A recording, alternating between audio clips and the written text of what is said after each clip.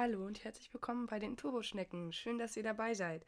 Ich möchte euch heute Schnecken als Haustiere vorstellen und euch zeigen, wie ihr die Schnecken leicht halten könnt und auch mal so für ein paar Wochen ein bisschen beobachten könnt und die vielleicht auch mal beim Eierlegen oder Paaren beobachten könnt. Ja, die Haltung ist eigentlich richtig easy. Also es gibt natürlich so viele Arten, da braucht ihr euch gar keine Sorgen machen. Natürlich wollen die Schnecken nicht einzeln gehalten werden. Es müssen natürlich mindestens drei, also eigentlich schon mehr. Da fühlen die sich in Gruppen viel wohler. Und ich empfehle euch die Hainbänderschnecke, die Zeppa nemoralis oder die Zeppa hotensis. Also die findet man sehr oft in Parks. Die habt ihr bestimmt schon mal gesehen. Wenn es geregnet hat, dann kommen die ganz schnell raus. Die gibt es aber auch, vielleicht bietet die auch jemand an in Foren. Also die kann man auch super beobachten. Die ist auch sehr zahm, also die ist jetzt nicht scheu, kommt auch gerne aus dem Haus, ist auch viel aktiv. Und wenn ihr doch was Größeres haben wollt als Schnecke, vielleicht die gefleckte Weinbergschnecke, die ist auch sehr praktisch. Also zum Essen brauchen die eigentlich nur Löwenzahn und Brennnessel. Also, aber ihr könnt ihnen auch Möhren, Salat, die essen eigentlich alles, Gurken, was ihr aus dem Kühlschrank denen geben könnt. Ihr braucht natürlich ein Terrarium oder eben eine Fauna-Box, irgendwas, ein Behälter, wo ihr die Schnecken drin gut halten könnt. Natürlich Luftlöcher. Es geht auch eine Box, aber da kann man die jetzt auch nicht so super beobachten. Und es muss natürlich auch entsprechend groß der Art sein. Zum Beispiel, wenn die Art größer ist, die Cornoaspesum, bräuchtet ihr natürlich auch ein bisschen mehr Platz.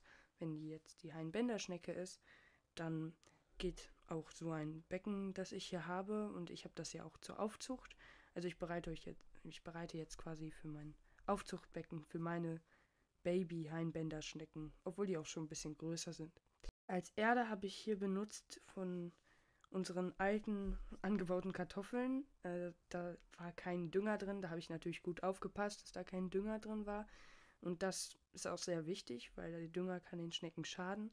Und die Schnecken wollen ja auch Eier legen, deswegen müsste schon entsprechend viel Erde da rein.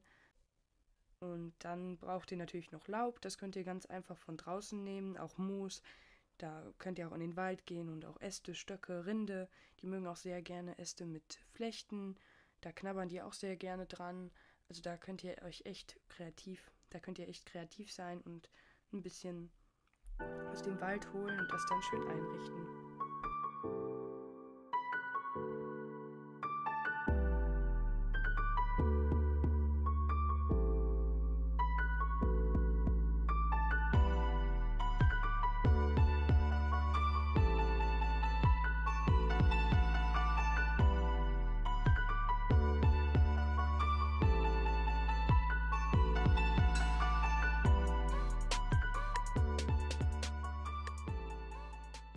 Ich habe hier jetzt noch eine Wasserschale reingetan, eigentlich nur als Beispiel. Bei den Babys ist es jetzt nicht ein Muss. Und da müsst ihr natürlich auch aufpassen, wenn ihr Babys habt, dass die Wasserschale, also das Wasser nicht zu hoch ist, weil die sonst noch ertrinken können. Ich habe jetzt hier zum Beispiel noch Sepia-Schalen reingetan. Die geben quasi Kalk ab, damit die Babyschnecken wachsen können.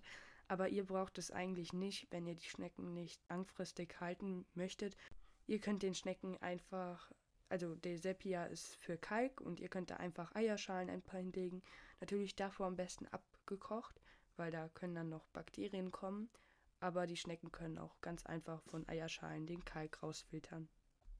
Ja, und dann seid ihr auch schon fertig. Das ist ganz einfach und die Schnecken werden sich auch wohlfühlen. Ihr könnt ein paar Mal in der Woche besprühen, damit die auch raus werden. Die werden immer aktiv, nachdem es regnet draußen. Und wenn ihr den Regen dann im Terrarium oder in der Fauna-Box vortäuscht, dann kommen die natürlich auch raus.